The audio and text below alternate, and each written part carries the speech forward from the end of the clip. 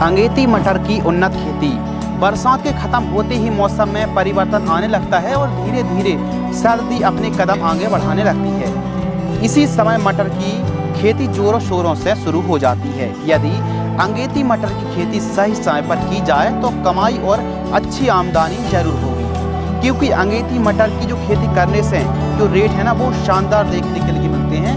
यदि आप अंगेती मटर की खेती करते हैं तो 40 रुपये से लेकर के 60 रुपये प्रति किलोग्राम तक का हमको रेट देखने के लिए मिलता है, क्योंकि सीजन पर यदि हम मध्य अक्टूबर की बात करें या फिर अक्टूबर अंत नवंबर की बात करें तो इस समय जो बाजार भाव हैं वो थोड़ा एवरेज और इस समय बुआई करने से बहुत ज़्यादा अच्छे रेट हमको देखने के लिए नहीं मिलते हैं। 15 रुपये 20 रुपये के ही रेट देखने के लिए मिलते हैं। लेकिन आप अंगेती मटर की खेती करते हैं तो आमदनी अच्छी होना बिल्कुल 100% एकदम आप मानकर चलिए।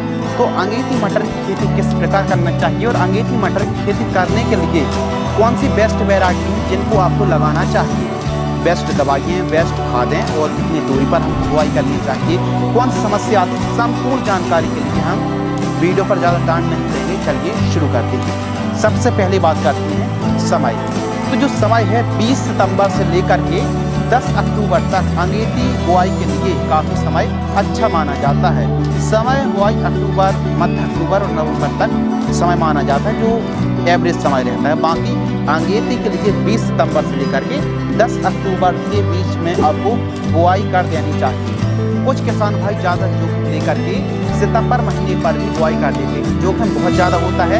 यदि मटर की फसल पर हमने सितंबर में बुआई तो कर दी, 15 सितंबर 20 सितंबर में बुआई तो कर दी, लेकिन यदि पानी गिर गया तो मटर के लिए पानी नहीं वह जहर है।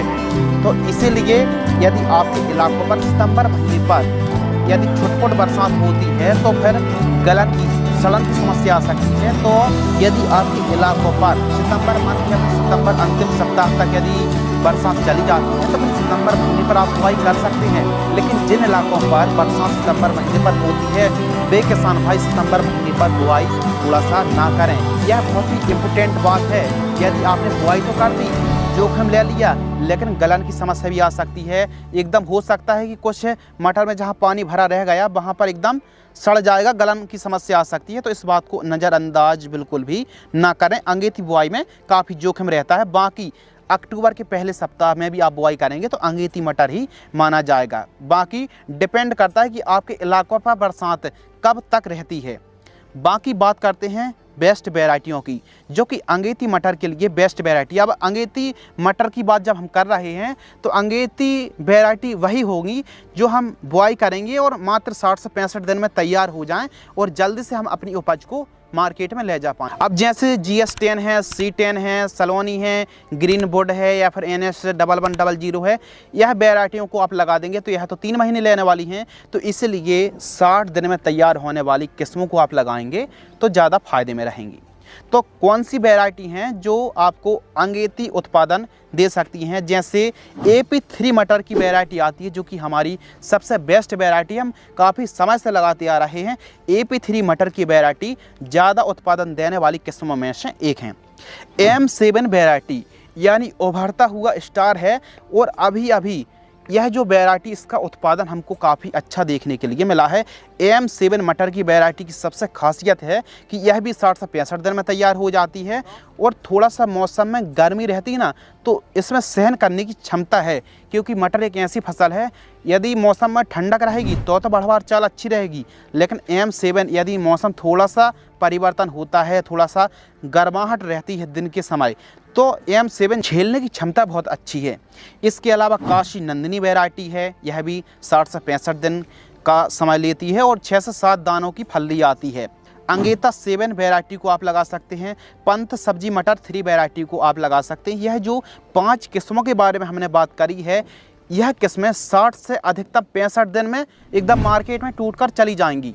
इन किस्मों को आप लगा सकते हैं। प्रति एकड़ सीड्स की बात करते हैं तो अंगेती मटर की बुआई के लिए जो हमने किस्मों के नाम बताए हैं, 1 एकड़ में 60 से 70 किलोग्राम सीड्स की रिक्वायरमेंट पड़ने वाली है और इन किस्मों को आप लगा रहे हैं तो बीज उपचार जरूर करें। बीज उपचार इनमें से कोई एक फंगिसाइड झेलोरा, वाइब्रेंस इंट्रीगल, UPL की इलेक्ट्रॉन है, बायर कंपनी की एवर गोल एक्सटेंड जो फंगीसाइड आती है, इनमें से कोई एक फंगीसाइड को 2 ml प्रति किलोग्राम की दर से बीजों को उपचार करना चाहिए। यानी 1 क्विंटल बीजों को उपचार कर रहे हैं, 200 से 250 ml एक दवाई को आपको लेना है, जो हमने 4-5 दवाइयों के नाम बताए हैं। और बरसात में जो गलन की समस्या है, जड़ों में जो समस्या आती है, आगे चल के रूट रॉट की समस्या आती है, तो उससे यह फंगीसाइड बचाती हैं। यानी बीज उपचार करने से अंकुरण अच्छा होगा, गलन की समस्या कम आएगी और चाल बढ़वार ग्रीननेस एक अलग प्रकार की हमको देखने के लिए मिलने वाली है। तो बीज उपचार ज़रूर करना चाहिए। मटर एक ऐसी फसल है, जब हम बुआई करते हैं तो जमाव के समय 18 से 22 डिग्री सेल्सियस का टेम्परेचर काफ़ी सूटेबल माना जाता है। और एक एवरेज टेम्परेचर जब हमारी फसल जो मटर की अच्छे से प्रोग्रेस ले पाती है, तो 25 से लेकर के 32 डिग्री सेल्सियस का जो टेम्परेचर रहता है, हमारी मटर की फसल बहुत अच्छे से बढ़वार लेती है। खेत की तैयारी किस प्रकार करना है, तो 1 से 2 बार कल्टीवेटर से आपको ठीक तरीके से खेत की तैयारी कराना है, तोताल से या फिर कल्टीवेटर से। उसके बाद यदि मृदा की पीएच वैल्यू 7.5-8 से अधिक है, तो फिर 50 किलोग्राम जिप्सम और गोबर की खाद खेत की तैयारी करते समय ज़रूर प्रयोग करें। बेसल डोज बुआई के समय कौन सी खाद प्रयोग करना चाहिए, आइए समझते हैं। तो बेसल डोज मटर की फसल पर बहुत इम्पोर्टेंट है। वो इसलिए क्योंकि बेसल डोज पर यदि हम इन खादों की पूर्ति करेंगे और मटर की फसल पर सल्फर, खासकर दलहनी और तिलहनी फसल पर सल्फर बहुत ही इम्पोर्टेंट पोषक तत्व है। तो सल्फर हमारी फसल को एक प्रकार से जीवित रखने का काम, रोगों से लड़ने की ताकत देती है और मौसम जो परिवर्तन होता ना, उसके प्रति काफ़ी सहनशील बनाती है और उपज को बढ़ाती है, टेस्ट प्रोटीन की मात्रा को बढ़ाती है सल्फर। बाकी पोटास और फास्फोरस तत्व बहुत ही इम्पोर्टेंट होता है।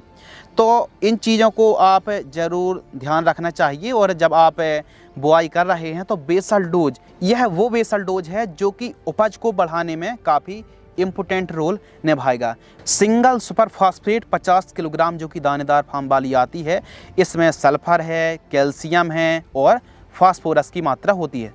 इसके साथ DAP diammonium phosphate 1846 35 kilogram, MOP muriate of potash 30 kilogram बुआई के समय प्रयोग करें। और आप एक चीज़ ज़रूर प्रयोग करें, वो है सल्फर 5 किलोग्राम, जो बेंटोनाइट वाली सल्फर आती है ना, इसी के साथ जब आप खेत की तैयारी कर रहे हो तो उस समय बुआई के समय प्रयोग करें प्रति एकड़ की दर से। इस बेसल डोज में nitrogen, phosphorus, potash, sulphur, calcium, zinc, boron तत्व मिल जाएंगे जो कि पैदावार बढ़ाएंगे। बुआई सूखे खेत में भी बुआई की जाती है और पलेवा करके भी बुआई की जाती है। यदि आप सूखे खेतों में बुआई कर रहे हैं तो बुआई के तुरंत बाद आपको पानी देना चाहिए, सिंचाई करनी चाहिए। यानी पहली जो सिंचाई है वो आपको हल्की हल्की करनी है, यानी ऊपर की जो लेयर है ना वो बंद ना हो पाए, यानी वायु का संचारण बना रहे, हल्की सिंचाई करिए। इसके अलावा लाइन से लाइन की दूरी आपको 16 से 18 सेंटीमीटर और पौधे से पौधे की दूरी 3 से 4 सेंटीमीटर रखनी चाहिए। गहराई 4 से 5 सेंटीमीटर काफ़ी बेस्ट है। सिंचाई की बात करते हैं।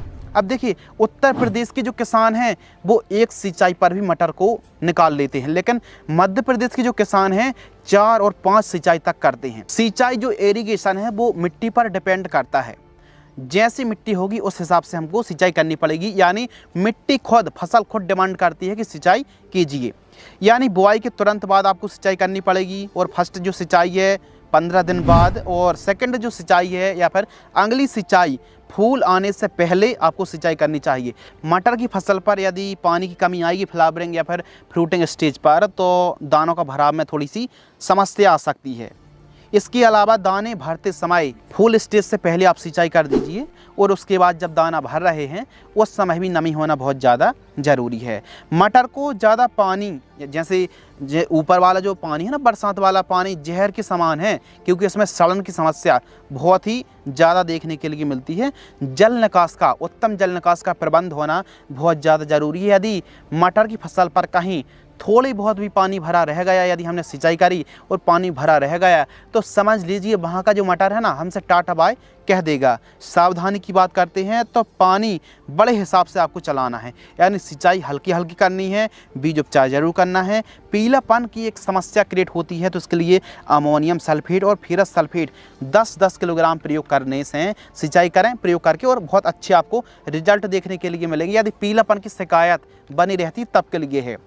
अगला और महत्वपूर्ण टॉपिक के बारे में बात करते हैं, स्प्रे शेड्यूल। मटर की फसल पर अब हम यह जो बीमारियों के नाम बताने वाले हैं, यही समस्या आती हैं। पीलापन है, सूखने की समस्या है, पाउडरी मिल्ड्यूड, मटर की फसल पर जो रस्ट की समस्या आती है, रूट रॉट है, मटर की फसल पर फली छेदक इल्ली, सुंडी जिसे कहते हैं, और चने की इल्ली है, तना मक्खी है, माहू जिसे एफिड्स के नाम से जानते हैं, सफ़ेद मक्खी, लीफ माइनर, सेमी लूपर्स और एंथ्रेक्नोज की समस्या देखने के लिए मिलती है। यदि हम साधारण बोलचाल में कहें तो मटर की फसल पर जो फर्स्ट स्प्रे है वो इल्ली भुनगी का हमको स्प्रे लेना पड़ता है, फूल वर्धक का स्प्रे लेना पड़ता है, जो कि बढ़वार में काफ़ी हेल्प करता है। तो ज़रूर नहीं कि यह सभी की सभी बीमारी आपकी फसल पर आ ही जाएं, लेकिन आ सकती हैं और आती हैं। तो इन बीमारियों से, इन डिजीज से कैसे बचा जा सकता है, इसके लिए ब्रॉड स्पेक्ट्रम कीटनाशक के बारे में बताने वाले हैं, जो कि एक या फिर एक से अधिक तरीके से काम करता है या फिर अधिक प्रकार के कीटों को कंट्रोल करता है। फर्स्ट स्प्रे 25 से 30 दिन की जब हमारी मटर की फसल हो जाती है, तो हमको एमामेक्टिन वेंजोइट 5% एसजी वाला 80 ग्राम से लेकर के 100 ग्राम, प्रोफेनोफॉस 50% ईसी 200 ml और एनपीके 19-19-19 टॉनिक की तरह काम करेगी। एनपीके 750 ग्राम, और इसके साथ एक फंगिसाइड, चाहे यूपीएल हिसाब या फिर M45, इनमें से कोई एक फंगिसाइड 200 लीटर पानी में घोल करके स्प्रे कर दीजिए। फंगस, डिजीज़, कीट सबको कंट्रोल करने वाला बेस्ट कॉम्बिनेशन है। सेकंड जो स्प्रे है, 40 से 50 दिन की फसल होती है तो सिएप्टोन 10L टॉनिक फूल वर्धक 250 ml, अदामा की प्लेथोरा इंसेक्टिसाइड 300 ml, या फिर कोई एक कीटनाशक फ्लेथोरा ले लीजिए, एम्पलीगो है, सुलेमन है, कोई एक कीटनाशक के साथ एनपीके 13-045 1 किलोग्राम 200 लीटर पानी घोल करके स्प्रे कर सकते हैं। इस कॉम्बिनेशन में आप कवच या फिर स्वाधीन फंगिसाइड को भी ले सकते हैं। और जब भी स्प्रे कर रहे हैं तो 50 ml 200 लीटर पानी, जब आप 1 एकड़ में स्प्रे कर रहे हैं तो 50 ml स्टिकर मिलाकर स्प्रे करें, ताकि पत्तों पर दवाई ठीक तरीके से चिपक जाए। ज़रूरत पड़ने पर थर्ड स्प्रे अलीका और प्लानोफिक्स का भी ले सकते हैं। अलीका 250 ml और प्लानोफिक्स 40 ml की दर से स्प्रे चला सकते हैं। तो दोनों स्प्रे पर फंगिसाइड को आपको कोई एक फंगिसाइड का प्रयोग जरूर करना चाहिए। तो मटर की फसल पर यह 2 स्प्रे के बारे में बात करी, आवश्यकता पड़ेगी तो 3 स्प्रे भी आप चला सकते हैं और रिपीट भी कर सकते हैं। तो आवश्यकता अनुसार ही स्प्रे शेड्यूल चलाना चाहिए। हो सकता है 1 स्प्रे पर ही फसल आ जाए और हो सकता है 4 स्प्रे भी आपको करने पड़ें। इतना तो तय है कि इन दवाइयों का स्प्रे करने के बाद तमाम प्रकार की बीमारी और जो समस्या हैं उनसे निजात आप पा सकते हैं और बेहतरीन आपको रिजल्ट देखने के लिए मिलेगा। खाद शेड्यूल, मटर की फसल पर खाद शेड्यूल बहुत ही इम्पोर्टेंट टॉपिक है। सही समय पर सही न्यूट्रिशन और सही पोषक तत्वों की पूर्ति करेंगे तो हमको आउटपुट भी शानदार देखने के लिए मिलेगा। फर्स्ट खाद 20 से 25 दिन के आसपास की जब हमारी फसल होती है तो यूरिया 25 से 30 किलोग्राम, माइक्रो न्यूट्रियन 3 किलोग्राम प्रति एकड़ की दर से प्रयोग करें। सेकंड खाद 40 दिन के आसपास की जब हमारी फसल होती है तो सागरिका दानेदार 10 किलोग्राम और सल्फर 3 किलोग्राम, यूरिया खाद 45 किलोग्राम। इनको 1 एकड़ की दर से प्रयोग करना चाहिए, यानी जो जानकारी है वो प्रति एकड़ की दर से जानकारी साझा कर रहे हैं। लाइफ साइकिल की बात करते हैं तो लाइफ साइकिल वैरायटी पर डिपेंड करती हैं। कम दिन वाली वैरायटियों की बात करें तो 60 से 65 दिन में तैयार हो जाती हैं और 70 से 80 दिन टोटल खेत खाली होने में समय लगता है। मिर्च, मटर, GS10, C10 जैसी वैरायटी आती ना, यह 85 से 90 दिन के आसपास का समय लग जाता है और तोड़ाई होते होते या फिर एकदम खेत खाली होते होते 120 से 130 दिन के आसपास का समय लग जाता है। कम दिन वाली वैरायटी 60 दिन में तैयार हो जाती हैं और जो मिर्च मटर है, C10 है या फिर GS10 है, यह वैरायटी 90 दिन में तोड़ाई के लिए तैयार होती हैं। तो वैरायटी ही डिपेंड करती है लाइफ साइकिल। लागत की बात करते हैं दोस्तों, मटर की फसल पर जो लागत है, बीज का खर्च 1 एकड़ में 7,000 रुपये, 2 स्प्रे करते हैं तो 2,000 रुपये, 2 खादों का प्रयोग करेंगे तो 2,000 रुपये, खेत की तैयारी, बुआई, 2,500 रुपये के आसपास, बीज उपचार का खर्च 200 रुपये के आसपास का, बेसल डोज 2,500 रुपये के आसपास का खर्च आएगा, तोड़ाई का खर्च 10,000 रुपये के आसपास, एवं जो भाड़ा है वो 1,000 रुपये और अन्य खर्चे 1,500 रुपये। तो इस हिसाब से यदि हम सभी को इंक्लूड करें, जोड़ा जाए, तो 28 से 30,000 रुपये के आसपास 1 एकड़ में लागत लगती है मटर की। यदि हम बाज़ार भाव की बात करें तो अंगेती जो बाज़ार भाव है 40 रुपये से लेकर के 60 रुपये प्रति किलोग्राम का रेट देखने के लिए मिलता है। उत्पादन की बात करते हैं तो इन किस्मों को आप लगाते हैं तो 50 से 60 क्विंटल 1 एकड़ में पैदावार निकाल सकते हैं। वहीं आप C10 है, GS10 मटर को लगाते हैं 80 से 85 क्विंटल आप 1 एकड़ में हरे मटर की पैदावार निकाल सकते हैं। मुनाफा की बात करते हैं दोस्तों, यदि हमको 40 रुपये अंगेती मटर के बाज़ार भाव मिल जाते हैं तो 4,000 रुपये कुंटल, 50 क्विंटल ही पैदावार मान लेते हैं तो 2 लाख रुपये के आसपास हमारा मुनाफा होगा। यदि हम लागत घटा देंगे 30,000 रुपये तो 1,70,000 रुपये के आसपास मटर की खेती से हम 1 एकड़ से कमाई कर सकते हैं। अब देखिए, उत्पादन कमेगा, घटेगा, बढ़ेगा तो जो आमदनी है वो भी घटेगी, बढ़ेगी। इसी प्रकार बाज़ार भाव कम ज़्यादा होगा तो जो हमारा प्रॉफिट है, शुद्ध लाभ है, वो भी घटेगा, बढ़ेगा। जब मटर की फसल पर 25 से 30 दिन के आसपास के खरपतवार हों तो खरपतवार नाशक का स्प्रे आप कर सकते हैं। इसकी डिटेल जानकारी के लिए हमारी इस वीडियो को बहुत ज़रूर कर लेना। और बुआई के तुरंत बाद जो खरपतवार नाशक स्प्रे होती हैं वो है बेलर 32, जैसे पेंडिमेथालिन वाला जो कॉम्बिनेशन आता है, इसका स्प्रे आप 1 एकड़ में 1 लीटर 200 लीटर पानी घोल करके स्प्रे कर सकते हैं बुआई के तुरंत बाद। बाकी और भी कोई जानकारी छूट गई हो तो उसके लिए आप कमेंट ज़रूर कर देना, ताकि हम नए चैप्टर, नए भाग, नए पार्ट्स पर आपको जानकारी उपलब्ध करा देंगे। तो इस प्रकार और भी आपको समय समय पर मटर और अन्य फसलों से, सब्जियों से में आप सभी का बहुत बहुत धन्यवाद। जानेंगे कि मटर की खेती कैसे की जाती है।